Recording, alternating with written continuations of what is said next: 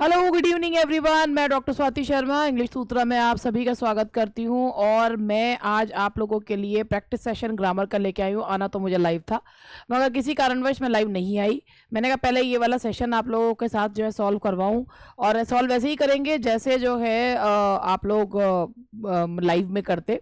और फिर उसके बाद अगर ये सेशन आपको अच्छा लगता है तो मैं कल लाइव आके फिर आप लोगों से मिलती हूँ। मैं फिर लाइव सेशन जो है ज़रूर लूँगी इसका कि देखूं कैसा रिस्पांस जो है वो मुझे मिलता है। खैर थोड़ा सा मैं बता दूं ये हमारा एक एक्सक्लूसिव प्रैक्टिस बैच है। UP TGT target test series है और इसमें टारगेट टेस्ट है, मतलब 125 क्वेश्चन के टेस्ट पेपर्स हैं, 50 क्वेश्चंस के टेस्ट पेपर्स हैं और जिसमें जो फुल लेंथ टेस्ट पेपर्स इस तरीके के हैं जिस तरीके के एग्ज़ाम के लेवल को ध्यान में रखते हुए बनाए गए हैं। ये क्लास रोज़ शाम को 4 बजे लाइव चलती है और इसमें जो केवल क्वेश्चन का आंसर ऐसे ही क्वेश्चन किया आंसर किया ऐसे ही नहीं बताया जाता है। इसमें बाकायदा आपको जो चीज़ बताई जाती है उसका पूरा एक्सप्लेन जो है करा जाता है। उसके साथ आपको 4 नए क्वेश्चन और सीखने को मिलते हैं। तो ये एक बैच है हमारा। उसके बाद ये हमारा एक बैच है, ये यूपी टीजीटी और पीजीटी का वीडियो बैच है। एक यूपी टीजीटी का वीडियो बैच है और ग्रामर का है, DSSB के वीडियो बैचेस हैं।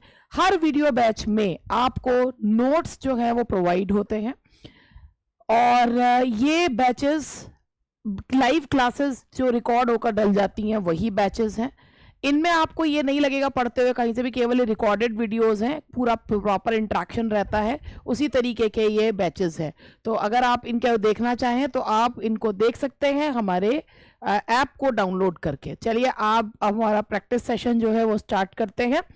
तो हमारा प्रैक्टिस सेशन जो है, आवाज़ मेरी सही आ रही होगी। आज मैंने प्रैक्टिस सेट जो ग्रामर का लिया है उसमें मिले जुले क्वेश्चंस हैं और अब मैं जब क्वेश्चन बोलूंगी तो आपको इतना टाइम दूंगी कि आप लोग जो है आंसर दें। पहला क्वेश्चन जो आप देख सकते हैं ये क्वेश्चन टैग का है। अब जो मैं यहाँ पर क्वेश्चन टैग जो होता है जब सेंटेंस में जो है अगर सेंटेंस अफर्मेटिव होता है तो टैग नेगेटिव लगता है, अगर सेंटेंस नेगेटिव होता है तो टैग जो है वो पॉजिटिव लगता है। अब पहले आप सेंटेंस पढ़िए, आई एम राइट, फिर उसके बाद क्वेश्चन मार्क, टैग लगाना है। अब आप टैग लगाइए एमेंट आई, एम आई, आरंट आई। इसमें 2 ही टैग्स हैं जो आपके जो है वो नेगेटिव हैं। तो सबसे पहले आप ये देखिए जो टैग लगता है वो होता यह है कि हेल्पिंग वर्ब लेते हैं, हेल्पिंग वर्ब लेते हैं और हेल्पिंग वर्ब के बाद हेल्पिंग वर्ब अगर नेगेटिव है तो एनटी लगाते हैं प्लस प्रोनाउन लेते हैं। ठीक है, तो और प्रोनाउन का जो नॉमिनेटिव केस है वो लगाया जाता है। तो आई एम राइट होना इसका ये चाहिए एम प्लस नॉट प्लस आई, ये होना चाहिए, एमेंट आई होना चाहिए, मगर ये गलत है। एमेंट आई कुछ होता ही नहीं है, ये गलत होता है।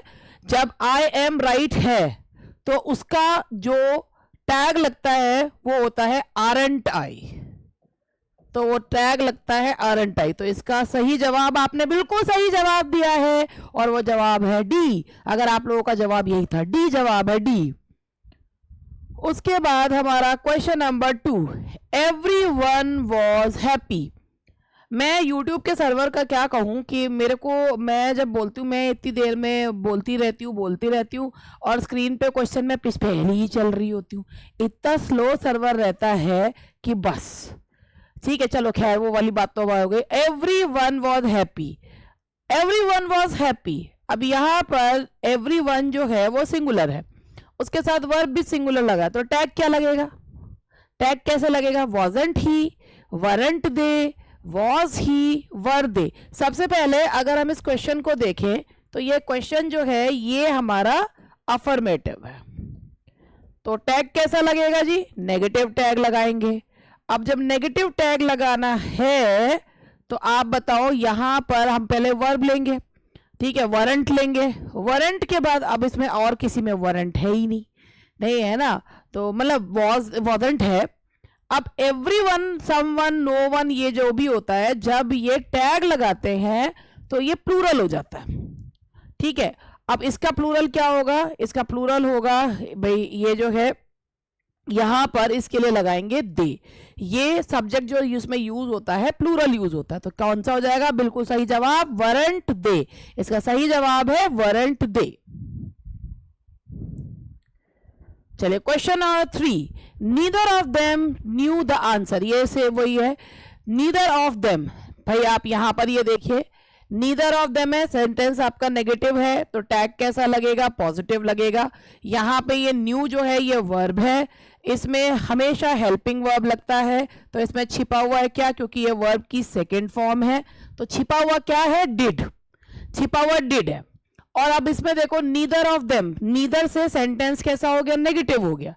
अब देम आ रहा है तो यहां पर नीदर ऑफ देम, माना यहां पर जब ये नीदर वगैरह आता है तो ये सिंगुलर वर्ब फॉलो करता है, लेकिन जब ये टैग लगाते हैं तो वहां पर ये क्या लगाते हैं कि टैग का जो सब्जेक्ट होता है वो प्लूरल हो जाता है। तो neither of them new the answer, भाई पहला सेंटेंस कैसा है, नेगेटिव, टैग कैसा लगेगा, पॉजिटिव, तो इसमें से ये जो नेगेटिव वाले हैं वो तो हटा दीजिए, दो ही बचे, डिड ही डिड दे। तो जैसा कि मैंने आपको बताया था कि यहां पर ये यहां भले ही सिंगुलर हो लेकिन जब टैग लगता है तो प्लूरल हो जाते हैं, तो दोनों में से कौन सा लगेगा, बताइए बताइए कौन सा लगेगा। हाँ जी, जवाब सही आ रहा है, that's D, did they, did they जो है वो इसमें आएगा। तो भले ही मेरा ये रिकॉर्डेड सेशन है मगर ऐसे ही फील करिएगा जैसे कि हम लोग साथ में इंटरेक्ट कर रहे हैं, और बीच बीच में good evening madam, good evening, हाँ जी गुड इवनिंग मैडम, और भाई सब बढ़िया है, सब कैसा है। बीच में आज इवाना को नहीं लेकर आऊंगी क्योंकि कल तो वो आ गई थी नीचे चलती हुई और उसके बाद उसने जो है पेन ड्राइव को छेड़ दिया था, तो आज रिकॉर्डेड सेशन है, बहुत गड़बड़ हो जाएगी, इसलिए उसको तो लेकर नहीं आऊंगी। और अब जो है question number 5, each of us dash given a prize, ये आपको यहां पर आपको वर्ब लगाना है। अभी वो जो क्वेश्चन थे वो डिटर्मिनर के थे, अब यहां आपको क्या लगाना है, वर्ब लगाना है। Each of us given a prize, have been, has, were, each of us given a prize. तो एक सबसे पहली बात यहां पर जो ये ईच है, ईच जो है ये सिंगुलर माना जाता है, ठीक है। जब ईच एज अ सब्जेक्ट काम करता है तो वर्ब भी कैसा आता है, सिंगुलर वर्ब का प्रयोग करते हैं, ठीक है। वर्ब भी कैसा लगता है, सिंगुलर वर्ब जो है वो हम लगाते हैं। तो क्या आएगा यहाँ पे, each of us dash given a prize, each of us has given a prize, वैसे each of us was given a prize, has जो है यहाँ पर आना तो ये चाहिए था, वैसे इसमें है नहीं। Each of us has given a prize, हम में सबको जो है एक प्राइज दिया गया, हैज बीन आना चाहिए था, each of us has been given, यहाँ पे हैज बीन आना चाहिए। वैसे each of us has been given a prize या each of us was given a prize, ये ज्यादा हम में सबको प्राइज दिया गया। तो मेरे ख्याल से यहाँ पर ये मैं एक इसमें कर लेती हूँ, वॉज लगा लेती हूँ, तो ये ज्यादा ठीक रहेगा। Each of us was given a prize, तो हम सबको जो है प्राइज दिया गया, या तो क्योंकि पैसिव वॉइस में है, पहली बात ये पैसिव वॉइस है, हैज बीन या नहीं दिया गया, या तो हम हैज बीन लगाते या यहां पर जो है हम वॉज लगाएंगे। तो जो मैंने आपको बताया वो यहाँ पे देखिएगा, तो कि मैंने क्या बताया, ईच, और इसमें ये हैज मुझे इसलिए ठीक नहीं लग रहा क्योंकि पैसिव वॉइस आ रहा है, तो हैज बीन आना चाहिए या यहाँ पर जो है वो वॉज गिवन आना चाहिए। यहाँ हैव बीन दिया हुआ है, each of us have been given a prize, लेकिन ईच जब आता है तो उसके साथ वर्ब हमेशा सिंगुलर लगता है। The two girls like dash very much, अब ये क्वेश्चन प्रोनाउन का क्वेश्चन है, one another, each other, each, none of these. तो देखिए इस क्वेश्चन को ध्यान से देखिए, the two girls like dash very much, दो लड़कियों की बात की जा रही है। अगर हम वन अनदर लगाते हैं तो ये होता है दो से ज्यादा के लिए, दो से ज्यादा के लिए हम लगाएंगे वन अनदर। जैसे हम ये कहते हैं कि we give gifts to one, on Diwali we give gifts to one another, ठीक है। और अगर हम जो है दो की बात करते हैं तो क्या लगाते हैं, each other, the two girls like each other very much, ठीक है जी। चलो आगे बढ़ते हैं। अब ईच अदर जो यूज होता है वो दो के लिए यूज करते हैं, रेसिप्रोकल प्रोनाउंस है ये, ईच अदर दो के लिए होता है, ठीक है, और वन अनदर दो से ज्यादा के लिए यूज किया जाता है। और दो जब है कि जैसे इसमें आपने अगर क्वेश्चंस भी देखे होंगे कि ये डिटर्मिनर्स में भी यूज किए जाते हैं कि ईच अदर और वन अनदर जो होता है, तो ईच अदर को समझिएगा, दो के लिए हमें ईच अदर लगाना है, दो से ज़्यादा के लिए हमें वन अनदर का यूज़ करना है। अब इसमें मैं देखती हूँ कि मेरे पास इसके और भी क्वेश्चंस हों तो मैं आप लोगों को ज़रूर बताना चाहूँगी कि अगर मेरे पास, पहले मैं देख लूँ कि मेरे पास इसके क्वेश्चन और हैं या नहीं है, फिर मैं आगे बढ़ूँगी।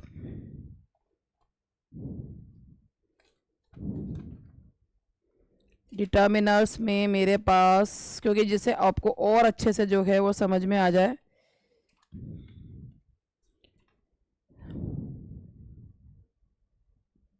हाँ देखिए एक इस तरीके से है, दो का है, the to friends quarreled with each other। आपको इसमें ये याद रखना है, अगर दो आ रहा है, अगर संख्या दी हुई है तो आपको ईच अदर लगाना है, संख्या नहीं दी हुई हो तो आपको वन अनदर लगाना है। तो मान लेंगे कि दो से ज्यादा ही संख्या है, ठीक है, तो इसका आंसर होगा आपका each other. Now question number 7. By this time next year she dash her course. Will complete, will be completing, will have completed, completed. By this time next year. चले चले क्वेश्चन का आंसर दीजिए कि क्या होगा question का answer. हाँ जी, मैं इंतजार कर रही हूँ आपके क्वेश्चन के आंसर का कि क्या जो है वो आप जवाब देंगे। हाँ जी, जिन जिन ने क्वेश्चन का आंसर सोच लिया हो, विल कंप्लीट जिन्होंने सोचा है बिल्कुल गलत सोचा है आप लोगों ने। विल कंप्लीट अगर सोचा है तो, विल बी कंप्लीटिंग भी सोचा है तो बिल्कुल गलत सोचा। क्यों सोचा है ऐसा ये बताओ, और नहीं सोचा, सही सोचा है तो बहुत अच्छी बात है। पहली बात, बाय दिस टाइम जो है, बाय दिस टाइम इस समय को कह रहे हैं, नेक्स्ट ईयर जो है वो फ्यूचर का टाइम है, ठीक है। अगर फ्यूचर की बात कही जाती है भाई, बाय दिस टाइम आज अगले साल तक, फ्यूचर में अगर कोई काम कंप्लीट होने की बात कही जाए तो कौन सा टेंस लगाते हैं, फ्यूचर परफेक्ट, ठीक है। जैसे मैंने ये कहा भाई, बाय के साथ फ्यूचर का टाइम लगाओ, बाय के साथ फ्यूचर का टाइम, तो फ्यूचर परफेक्ट टेंस लगता है। By 2030 India will be a great country, बिल्कुल गलत। By 2030 India will have been a great country, तो बाय इसके बाद क्या लगाते हैं, फ्यूचर परफेक्ट टेंस। तो फ्यूचर परफेक्ट कौन सा है, बाय के साथ अगर फ्यूचर का टाइम दिया हुआ हो तो फ्यूचर परफेक्ट टेंस लगाते हैं, तो क्या लगेगा, विल हैव कंप्लीटेड। जिसका सही है हाथ उठाओ और बताओ भैया यह हमारा बिल्कुल सही है। बहुत बढ़िया, जिनका यह सही है। शी डैश, अब ये फिर टेंस का क्वेश्चन है, ध्यान से देखो। She dash 3 languages, now she dash a 4th, is knowing, learns, knows, learning, knows, learns, is knowing, is learning। तो भैया देखो देखो क्या क्या आपका जवाब जो है वो आ रहे हैं। आई एम वेटिंग कि क्या जवाब जो है वो आप लोग दे रहे होंगे मतलब कि आप क्या जवाब दे रहे होंगे। तो ये है आपका पहली बात, जो नो है, नो जो आपका वर्ब है ये एक स्टैटिक वर्ब है। कैसा वर्ब है, स्टैटिक।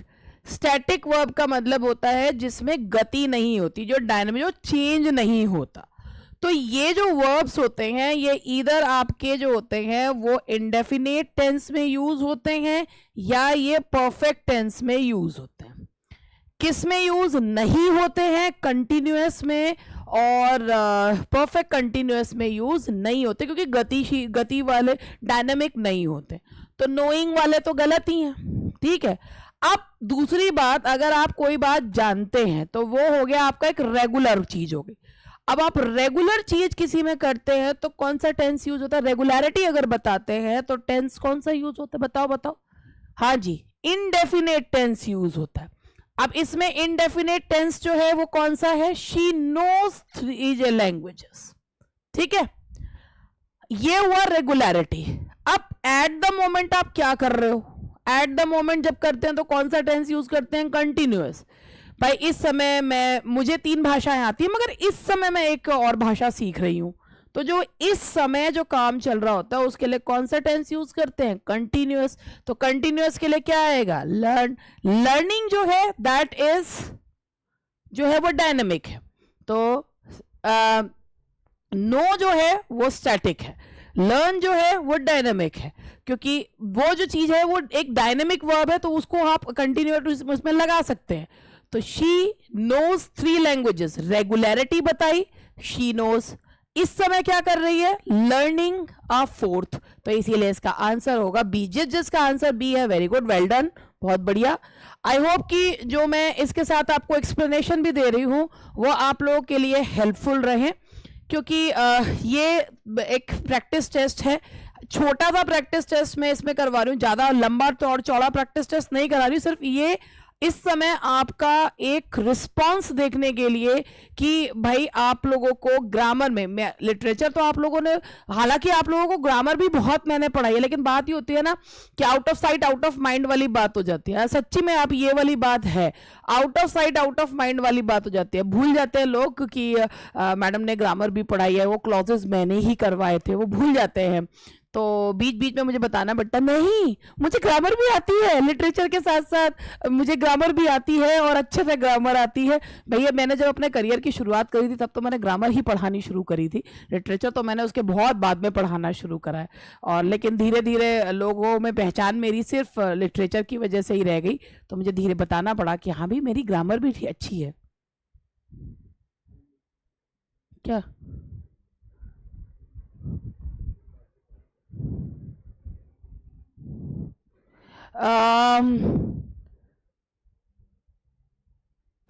ये एक अभी मेरे पास मैसेज आया है, ये है श्रुतिज वर्ल्ड 8106 से ये मैसेज आया। ये मैसेजेस ना बहुत मतलब आपको अपने कर्तव्य पथ पे बढ़ने के लिए बहुत मोटिवेट करते हैं। और ये मैसेज है, रह जाते थे ma'am but this time your blessings and knowledge paved my path and I got selected in NVS as TGT English. भाई वाह, बहुत बढ़िया, बहुत बधाई हो, बहुत खुशी होती है इस तरीके के मैसेजेस पढ़ के। According to me perseverance is the only key to success.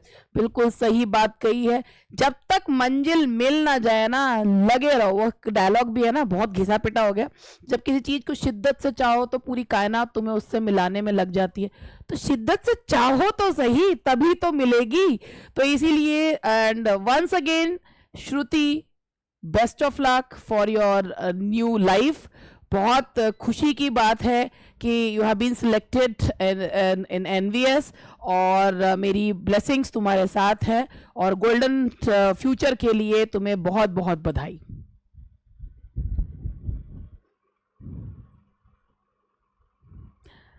तो चलिए अब ये जो है इसका क्वेश्चन नंबर 9 जो है हम करते हैं। और मैं फिर आपसे कह रही हूं, मैं एक बहुत छोटा सा सेशन लेके आई हूं सिर्फ आपका रिस्पांस देखने के लिए कि अगर आप मुझे इस पे अच्छा मुझे फीडबैक मिलता है तो भैया मुझे भी बहुत अच्छा लगेगा कि मैं लाइव आके आपसे बात कर करके पंचायत कर करके पढ़ाऊं। तो ये है, before he dash the station the train dash.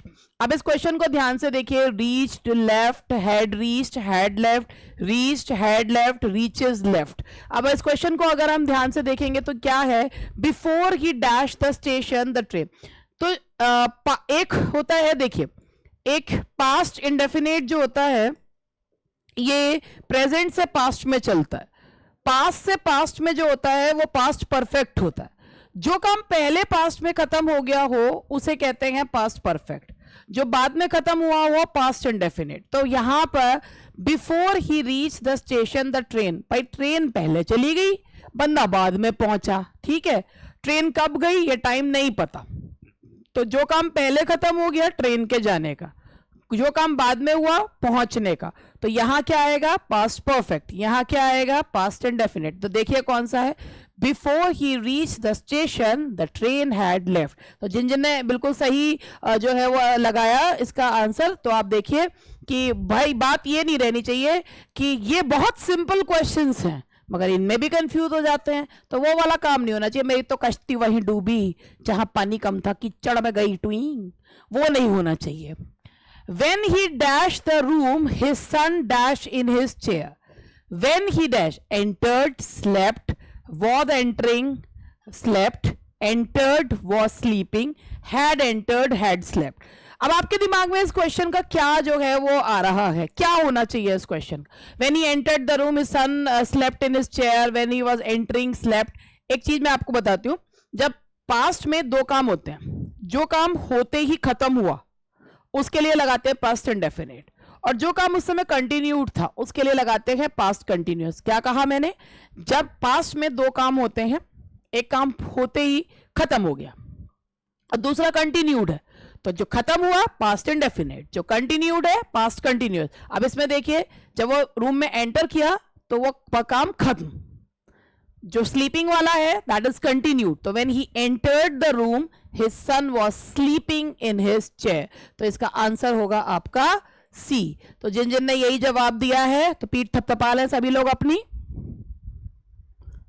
Now अब ये हमारे एरर वाले क्वेश्चंस हैं। Find out the error in the following in the sentences given.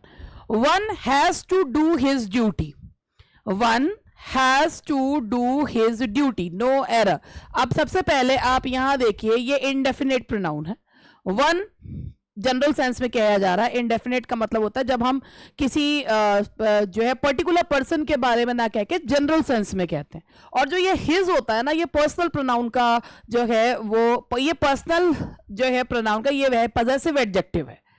भाई एक बात देखिए, ये जो हिज है ये पर्सनल एडजेक्टिव है, पजेसिव या पर्सनल का पजेसिव एडजेक्टिव है, ठीक है, पजेसिव एडजेक्टिव है। लगना किसके साथ सही है? पर्सनल प्रोनाउन के, पर्सनल मतलब जो पर्सनल प्रोनाउंस होते हैं उनके साथ लगना चाहिए। जैसे he must do his duty, ये पर्सनल प्रोनाउन है, फर्स्ट पर्सन सेकंड पर्सन, ये तो इंडेफिनेट है। जब इंडेफिनेट होता है तो इंडेफिनेट के साथ वन के साथ कौन सा पजेसिव केस लगता है? वन के साथ लगता है वंस। तो यहां पर क्या आएगा? One has to do one's duty. क्यों? क्योंकि ये इंडेफिनेट प्रोनाउन है। ठीक है जी। Question number 12, people believe that the God is omnipresent. अब इस क्वेश्चन को ध्यान से पढ़िए। लोगों का मानना है क्या? भगवान जो है वो ओमनी प्रेजेंट, भगवान सब जगह जो है वो उपस्थित है। अब आप देखिए इस क्वेश्चन में देखते ही गलती पता चल रही है, कहां है? हाँ जी, इस क्वेश्चन में गलती ये है कि गॉड के पहले हम द नहीं लगा सकते। क्यों नहीं लगा सकते भाई? ईश्वर भगवान जो है वो, उनको हम जो मानते हैं वो एक अनकाउंटेबल वे में लिया जाता है, और जो अनकाउंटेबल नाउन होते हैं उनके आगे आर्टिकल्स नहीं लगते। हाँ, जब द का हम प्रयोग तब कर सकते हैं जब हम कंपैरिजन करें कि the God of India, the God of ये, तब। लेकिन जब भगवान को हम वो एक भाई एब्स्ट्रैक्ट नाउन है, अनकाउंटेबल है, तो उनके आगे आर्टिकल का प्रयोग नहीं, क्योंकि ईश्वर एक वो शक्ति है जो फील की जाती है बट उनको देखा नहीं जा सकता, वो केवल महसूस होते हैं। एब्स्ट्रैक्ट है, अनकाउंटेबल है, तो उसके पहले आर्टिकल का यूज नहीं किया जाता। तो इसमें एरर कहाँ है? सी पार्ट में एरर है। सी में नहीं, बी में, बी में एरर है, बी में एरर है। Dog is a faithful animal, no error. Dog जो है वो एक फेथफुल एनिमल है, इसमें क्या गलती है? कोई गलती दिख रही हो तो बताइएगा। Dog is a faithful animal. तो जी बात ये है कि इस सेंटेंस में कोई भी गलती जो है वो नहीं है, क्योंकि आप जो है जब लगाते हैं कि आप साधारण तौर पे ऐसे कर सकते हैं कि cow is a faithful animal, cows are faithful animal, a cow is a faithful animal। इसको मैं आर्टिकल्स के उससे आपको मैं बताना चाहूंगी। 1 मिनट का मुझे समय दीजिएगा, फिर मैं आपको आर्टिकल्स में से इससे बताना चाहूंगी।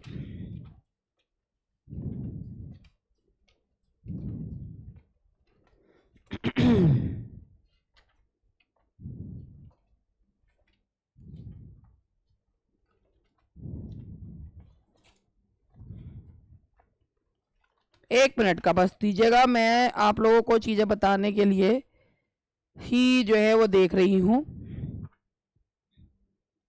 जिससे मुझे एक जो है पॉइंट मिल जाता है।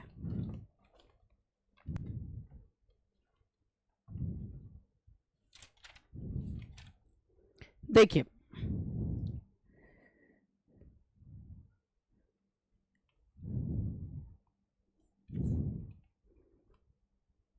जब हम जो है एक इसमें ये लिखी है कि dog is a faithful animal. अब इसमें मैं इसी वाला पॉइंट मुझे आप लोगों को बताना था कि a dog is a faithful animal, the dog is a faithful, dogs are faithful animals.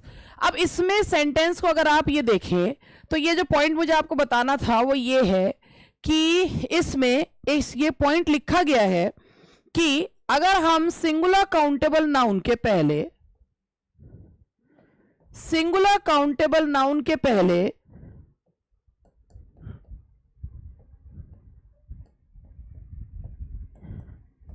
ए या एन लगाते हैं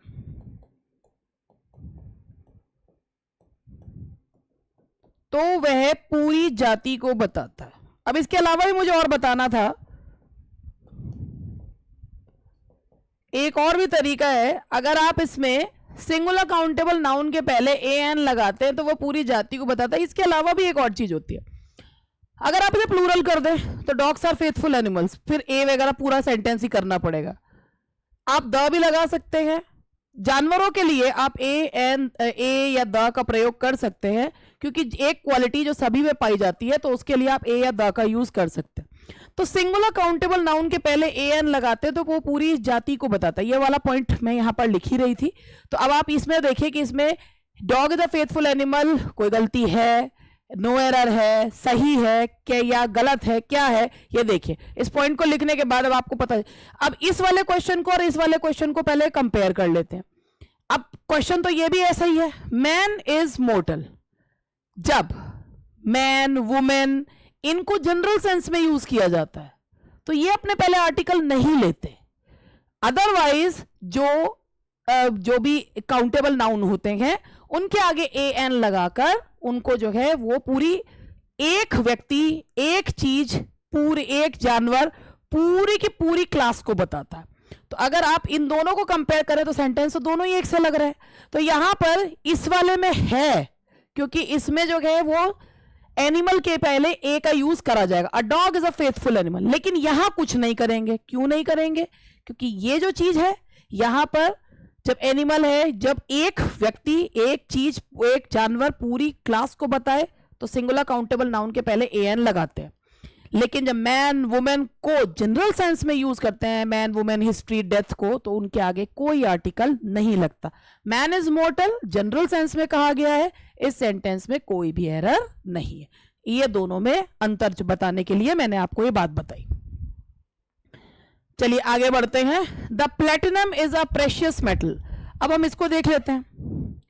ये आर्टिकल के क्वेश्चन है। The platinum is a precious metal. पहले आप देखिए क्वेश्चन को देखिए, platinum is a precious metal. अब इसको अगर आप ध्यान से देखें तो ये जो सेंटेंस है, प्लेटिनम जो वर्ड है ये है कैसा? ये एक अनकाउंटेबल नाउन है, अनकाउंटेबल है। आप जो मेटल है उसको काउंट नहीं कर सकते जब तक उससे बनी हुई चीजें ना हो। अनकाउंटेबल नाउन जो होता है वो बिना आर्टिकल्स के यूज होता है।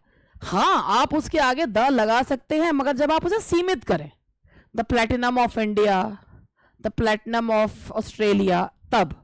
अदरवाइज वो बिना आर्टिकल्स के यूज होते हैं। तो इसमें एरर कहां है? ए पार्ट में platinum is a precious metal, platinum के पहले द का प्रयोग नहीं करेंगे, तो यहां द का यूज नहीं होगा। ठीक है जी। चलिए क्वेश्चन नंबर 16 पे ये प्रेपोजिशंस पूछे गए। तो यहां पे प्रेपोजिशन, एप्रोप्रिएट प्रेपोजिशन आपको लगाना है। He was absent dash the class, to the class, from the class, in the class, at the class. He was absent dash the class, to, from, in, at. तो ये देखिए absent के साथ कौन सा जो है वो प्रेपोजिशन यूज किया जाता है। अब एक इसमें यहां से देखिए, ही वॉज एब्सेंट, अगर यहां पे हमारे पास रिफ्लेक्सिव प्रोनाउन होता तो हम यहां लगाते he was absented, he was absented himself from the, he absented himself from the class. लेकिन ये तो यहां रिफ्लेक्सिव प्रोनाउन तो आया नहीं है। ही वॉज एब्सेंट, तो ये क्या आना चाहिए? He was absent in the class, he was absent from the, भाई दो ही आने चाहिए, he was absent from the class या he was absent in the class, दो ही जो है वो आने चाहिए। तो भाई देखिए मैं यहां पर बता रही हूं कि ही वॉज, इसमें सेंटेंस में आप लोगों को ध्यान ये देना है कि he was absent in the class, he was absent from the class ही आएगा, लेकिन यहाँ पर है कि अगर इसमें रिफ्लेक्सिव भी आता तो भी हम जो है उसमें क्या लगाते, he absented himself from the class, he absent from the class. From यहाँ पर जो यूज किया जा रहा है दूर जाने के सेंस में, कि इसमें जो है वहां पर इसके सेंस में यूज किया गया है, तो he was absent from the class. ठीक है, और इसके बाद हमारा 17th क्वेश्चन है, the proposal was acceptable dash me, to me, in me, with me, from me. The proposal was acceptable, acceptable के साथ जो प्रेपोजिशन यूज होता है वो कौन सा यूज होता है, द प्रपोजल वॉज एक्सेप्टेबल, तो प्रपोजल के साथ जो प्रेपोजिशन यूज होता है वो यूज होता है टू।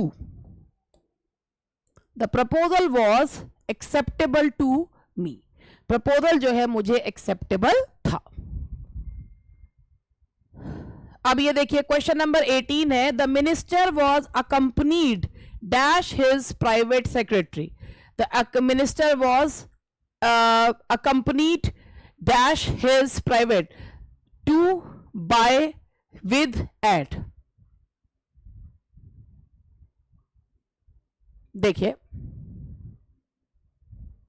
हाँ जी, the minister was to accompanied to his private secretary, the minister was accompanied by his private secretary, the minister was accompanied with his private secretary, कौन सा आना चाहिए? चलिए, ये जो क्वेश्चन है ये मैं आप लोगों के ऊपर छोड़ती हूँ कि इसका जो है आंसर, क्योंकि मैं सोच रही थी कि इसको जो है लाइव में आकर आप लोगों को जवाब दूं। मैंने कुछ 17 क्वेश्चंस आप लोगों को करवाए हैं, बाकी क्वेश्चंस ऐसा नहीं है कि मैं ये करवा नहीं रही, मैंने सोचा कि आपको कुछ एक आप पे भी जवाब छोड़ दूं कि भाई आप भी कुछ कर लो, देखो कितने लोग देखते हैं कितने नहीं देखते हैं। तो ये तो अभी एक छोटा सा सेशन मैंने रखा था, और बाकी कल इसी सेशन को कंटिन्यू करूंगी, इसी सेशन के आगे के क्वेश्चंस जो हैं वो कंटिन्यू करूंगी, और फिर आपसे लोगों से मिलती हूं कि देखूं कि क्या रिस्पांस जो है वो रहता है। चलिए मिलते हैं फिर अब नेक्स्ट उसमें, देखें क्या जो है आप लोगों को कैसा लगता है, कितने लोग जो है वो रिस्पांस देते हैं। Bye bye, take care.